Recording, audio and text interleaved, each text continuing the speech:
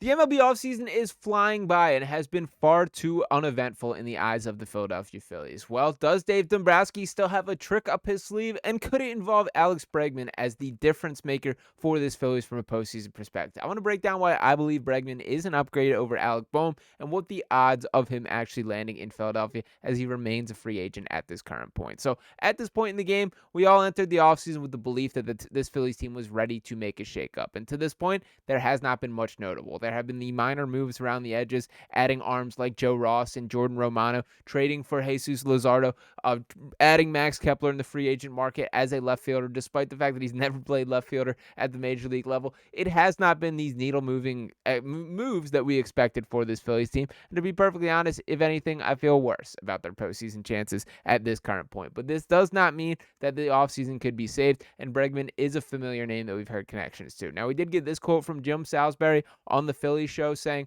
quote, "I think their eyes are still wide open on Alec Bohm. Some of that could shake out or maybe become more of a topic when Bregman finds his landing spot." So he sort of said this with the intention of that could accelerate Alec Bohm's trade market, but I think that it is tied together at this current state, that we have yet to see Alex Bregman sign with the team. I will note he is a Scott Boras representative, and honestly, I don't mean to come too strong-minded or in attack mode here, but I think Boras has lost his fastball a little bit in the way that he's handled things. This is now multiple years in a row where we've seen some big-ticket clients of Boras just really not get their desired wishes heading into the in the offseason, that it has drug on into the way longer than most expected, and a lot of guys just simply not getting the dollar value that they evaluated themselves at. And that is the tough part about these conversations. It takes two to tango in this case. And for Bregman specifically, you can ask for however many $100 million you want. If there isn't a guy to sign the dotted lines and commit to giving you that money, it simply is not going to work out. But I do want to note there is this connection between Bregman and the Phillies, that this is not just coming out of nowhere. These have been whispers we've heard for a couple weeks now. To start with, we got this coming from Jeff Passan here just a couple weeks ago, saying the Phillies are also lurking on Alex Bregman, but only if they were to move Bohm. We also got a couple months ago from Buster Olney saying the most interesting prediction I've heard from a rival evaluator, the Phillies land Alex Bregman. His swing translates to that park, strong defense, and lots of postseason scar tissue. And that is the biggest factor for why I would bid on Alex Bregman. For starters, he's a couple years older than Bohm, and I mean that in a good thing in this case. Why? Because I do believe he can hand that baton more easily to Aiden Miller when he's eventually ready to step up and be in that starting lineup here and commit to being the everyday third baseman for this Phillies team. It does feel like the organization really has that in their eyes, and I think that's a key part of this entire equation. You got to kind of walk this limbo, and I do think that's a part of why Alec Bohm is sort of being shown the door on the organization. I know he is still under contract, going through arbitration, all these type of things, but the reality is there is not that long-term vision for a guy who, for the most part, has earned it based on his play. That I understand the attitude stuff in the second half of the season certainly leaves some scars in the eyes of fans and seemingly the organization as a whole here. But the reality is, it was a pretty notable leap that Bohm took last season, and I think I'm kind of surprised by how pessimistic the outlook seems. But a good portion of that is I do believe that the entire plan is for Aiden Miller to be the guy at third base. So if that is the case, then you kind of can't rock with a 27-year-old Alec Bohm, who would be the youngest consistent starter on this Phillies team. While Bregman still has several years ahead of him and is still playing at a very high level, this is kind of a process that I think could translate a little bit smoother, particularly if the money has dried up across the league and you can get him on a short-term deal. But before I get too far ahead of ourselves, let's take a look at these two players and their stats on the season. I want to start with Alex Bregman here.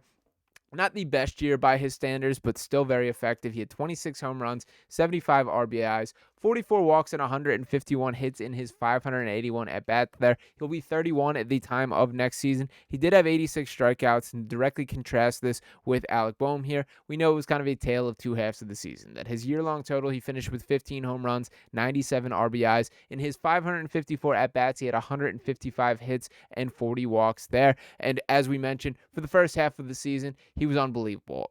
Earned the starting third baseman role in the National League for the All-Star game there, but ultimately fell off for the whole second half of the season and was not up to the standard come the playoffs. And that is where the real advantage comes. Alex Bregman has done it at the highest level. He has 2 World Series rings on his fingers right now. And to compare their playoff stats overall here, did want to pull this up, that Since 2022, so a fair sample size across both, Alec Bohm has had 132 plate appearances, had 2 home runs, 14 RBIs, 11 walks, 25 strikeouts, and a 214 average with a 629 OPS in playoff opportunities. Alex Bregman, over this same period of time, 115 plate appearances, 7 home runs, 18 RBIs, 13 walks, 16 strikeouts, a 270 average, and a 925 OPS. So to directly compare these side by side, that in 17 fewer plate appearances, Alex Bregman has 5 more home runs, 4 more RBIs, 2 more walks, 9 less strikeouts, a higher batting average, and a higher OPS, both by pretty notable splits there. That is a big difference between these two, and I think that's a little bit of what this Phillies team needs.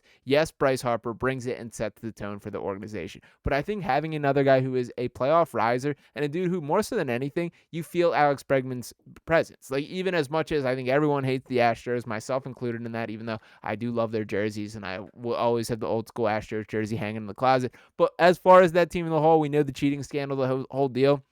I've never been able to help myself from kind of respecting Alex Bregman. And he is a guy that I would welcome, do believe is a winner, and that this would translate whether people are banging on trash cans or not in Citizens Bank Park. So if that opportunity does present itself, I do want the Phillies to jump over it. Now, where this gets complicated is you got to kind of do it in 2 steps. That you have to move on from Alec Bohm before you can sign Alex Bregman to a free agent deal. It makes 0 sense for both these guys to be on roster, and you got to obviously find some sort of upgrade. Now, why I think this is particularly interesting is just about all the reports that we heard as far as potential Bregman trades mainly had to do with bringing back pitching. That there was pretty much never, I don't think a single time we heard any sort of whisper of them bringing back a third baseman in any regard. So for me, that was sort of clearing an opportunity for a guy that you can bring in. Now, as far as his actual contract, money always talks, and that is the $1 million question here. And in Bregman's case, potentially the $200 million question. But to give a feel of what his overall value is, we have this article from a couple weeks ago that says the Houston Astros reportedly offered Alex Bregman a 6-year, $156 million offer,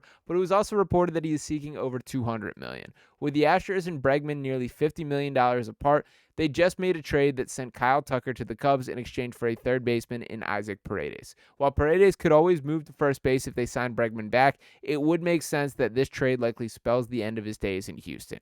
If Bregman wants to be paid like the top third baseman in baseball, his free agency might not end until spring training, and there's even a chance that it could take longer. And this is sort of how I'm feeling on the subject about Scott Boras losing his fastball in the way that he is able to get what his clients want. Like, in an ideal world, obviously you want to get top dollar, but a team has to be willing to spend that top dollar for that to come together. And we've seen now in a couple seasons in a row where Boris Clyde, his kind of negotiation period has stretched out far beyond into spring training, potentially into the season, where it drags on way longer than it should.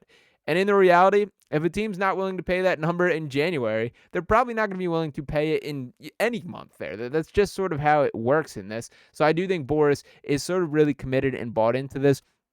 I even saw one report kind of connecting it to like a Prince Fielder type contract, which just insane stuff in my mind. But I bring all this up to say, if there is not that level of interest in Alex Bregman here, I think the Phillies can swoop in and be that type of offer. And where I think this sets up perfect from a franchise perspective is, say this is exactly how it plays out. That yes, the Astros did make that $156 million offer, but guess what? I find a hard time believing that is still on the table after that trade. If there is not the level of interest that Bregman desires out there, you can get a prove it deal for 1 or 2 years to prove that you are still this guy doing it at a high level, re-enter free agency, and allow the Phillies to hand the sticks over to Aiden Miller if he's ready for that third baseman spot. Or maybe there's a world where that isn't the case and Bregman just is your guy. I also find, and obviously the Phillies have a far better feel on this than you or I watching this, or seeing him play on such a limited sample size.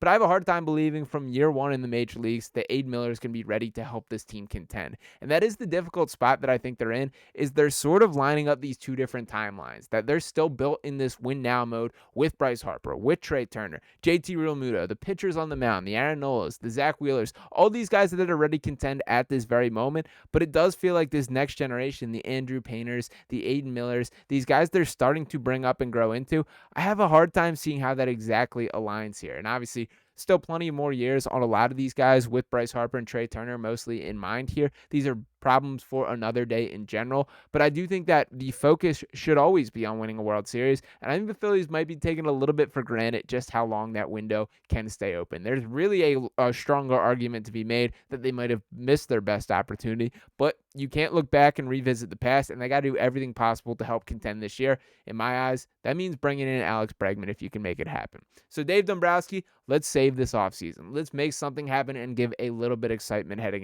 into the next season here. We will see how things shake out, but that would absolutely be my blueprint. I hope Dave is working those phones right now, and I hope the job gets done before spring training. That this isn't something that drags into when pitchers and catchers are reporting and when spring training actually starts, because I would rather have the offseason finalized in the offseason. So, Dave, let's get calling, let's get to work, and let's make this Phillies team a real deal World Series champion.